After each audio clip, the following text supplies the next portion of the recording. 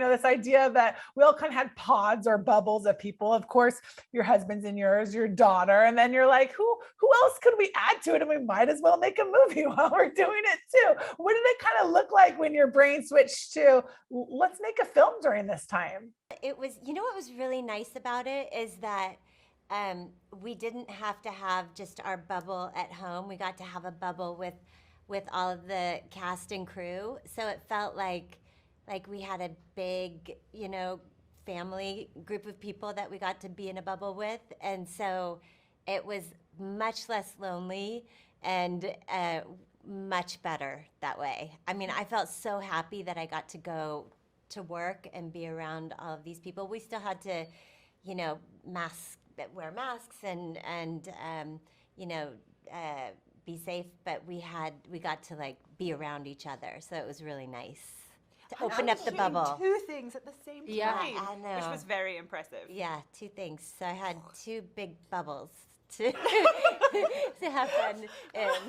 And I love that you guys were able to hit on kind of a heightened version of everything that we've done. I mean, the idea of wiping down the food, that was definitely me. Grocery trips took forever. And, Karen, the whole idea of oh, it's not COVID, it's just the flu. I would joke, no, it's not COVID, it's just chicken pox. These things you still don't want to get, talk to me a little bit about the satire aspect. I mean, it was just so meta, the whole experience. It was I had just made a blockbuster style film right before we made this film. And I was coming onto this film, I was this is exactly the experience that I just had. It's right.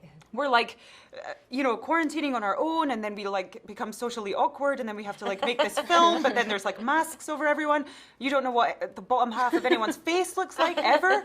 And it's it was just a whole wild experience that just felt so real while we were making this film. It was just extremely meta. That's how it is.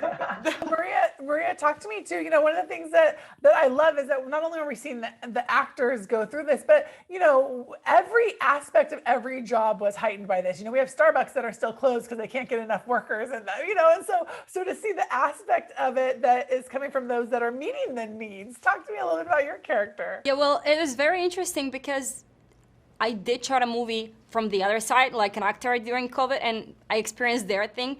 But it was interesting to see the other side being somebody that is working and finding love, hoping to find love, something that is very unique. And I think it's quite the opposite of what we all experienced during COVID, being socially isolated from each other. So I don't know, she's kind of happy that she's working. It's something very funny that is in the movie, how they actually appreciate the quarantine and the bubble and this horrible time that we're living in. But that's how they can, I don't know, keep having fun being around all of these new people, having bigger family, because the stuff that is working in the hotel is fun itself, but when there are more people, it becomes a bigger family. So it was very interesting. Honestly, what did any of your, thought processing shift through COVID that maybe surprised you? Oh my gosh. That's I can't even tell you, I remember, shooting the movie and things. I feel like the last 2 years, aside from things like big moments like shooting the movie, just became like a blur. And I don't remember, the last 2 years are just almost like they didn't happen. I thought that I was 2 years older than I am, for real. I thought that this was 2023. 2 months ago, I said that to my girlfriend, and she thought I was kidding, and I kind of played it off like I was kidding, but I wasn't kidding. I really thought it was 2023. The whole thing just warped my brain in a way that I can't even explain. And I feel like a lot of people have that kind of similar experience. Do you?